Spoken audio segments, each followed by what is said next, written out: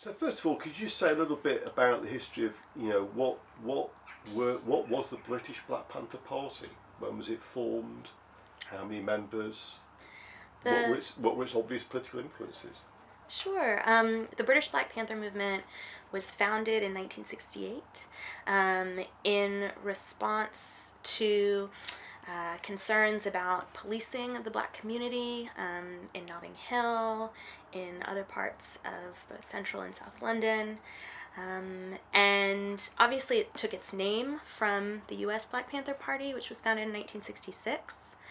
And Stokely Carmichael visited the UK in 1967, spoke at the Dialectics of Liberation Congress at the Roundhouse, where he was very critical of the left in general, and of the fact that he believed that it wasn't really dealing with issues of race, and that Britain wasn't coming to grips with the post-colonial moment and the effects of empire on people of color living in this country.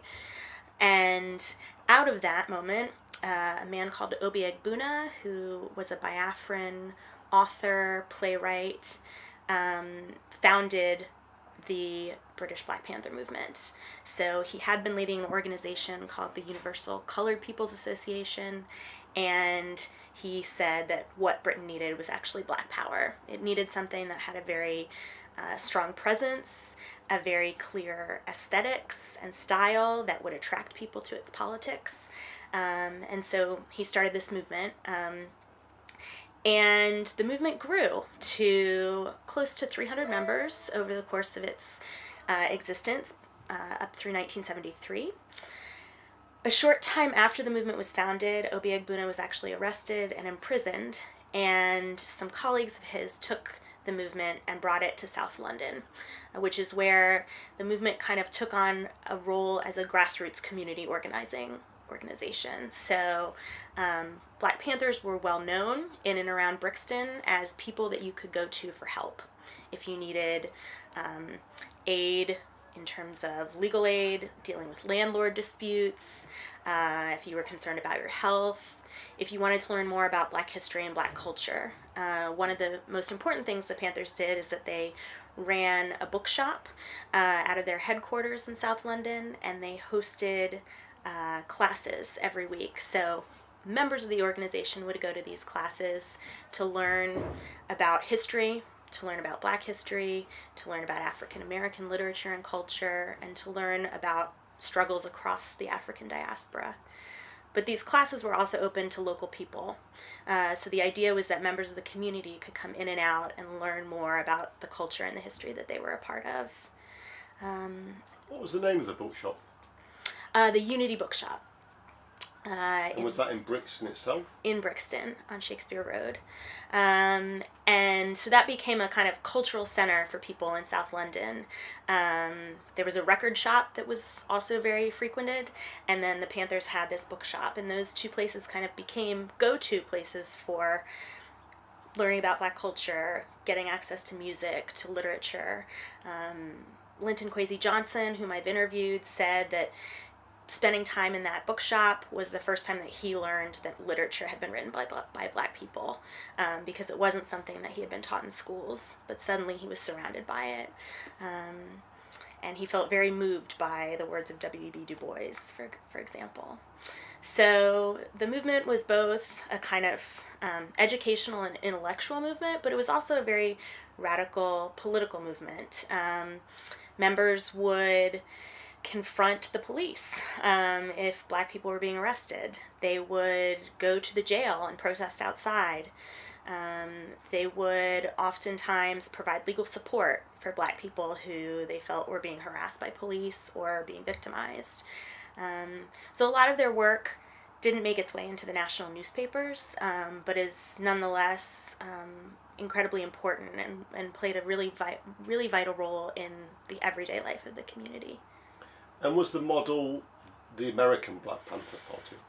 It was, to a certain extent. So they took their name, their inspiration, and their radical politics, I would say, came from the American Black Panther Party.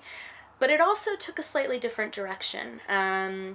As you might know, in the U.S., the American Black Panthers were in confrontations with the police that really necessitated them carrying guns. And in the UK context, this was slightly different. So this wasn't the case in the UK. But moreover, I think one of the unique aspects of the British movement was that it was really focused on post-colonial Britain and what that meant to be a person of color in post-colonial Britain. So its members were mainly Afro-Caribbean, but also South Asian, some West African, and even 2 African-American soldiers who were stationed in this country during the Vietnam War were involved. So in some ways it was a different mix of people, but nonetheless inspired by the program and the style and the aesthetics and the politics of the U.S. Black Panthers. And what exactly were they protesting about or demanding? What was the kind of day-to-day... I mean, you've talked about how they were rooted in communities, but what were their political demands? Their demands were for black children to be schooled in the same ways that white children were being schooled. So a lot of children were being put in ESNs, educationally subnormal schools, and they wanted that division to cease to exist. They wanted black children to be taught in the same way that white kids were being taught.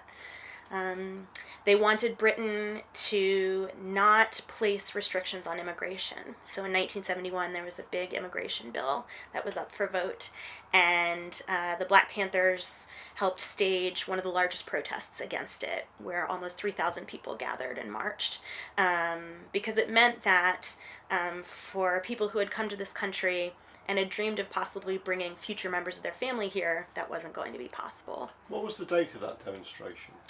March the 1st, 1971, I believe. So it was the largest demonstration that the movement organized. And among the groups that organized it, there were a number of organizations of people of color who participated. The Times newspaper wrote that the British Black Panthers were the most militant of all these organizations. So they stood out in terms of their style, their politics, the way that they moved and they marched together.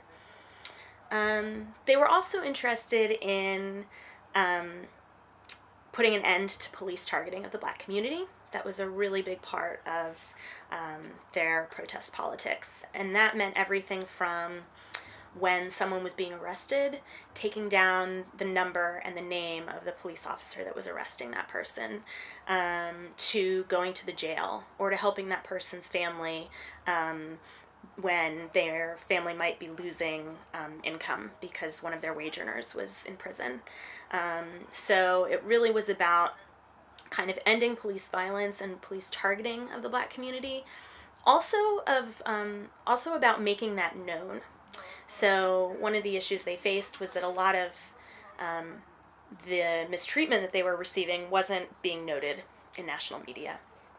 And so their newspaper became a place in which people could note day-to-day experiences of racist treatment and harassment at the hands of police, but also at the hands of other government bodies and individuals. So the Black Panthers newspaper became a form of their activism as well.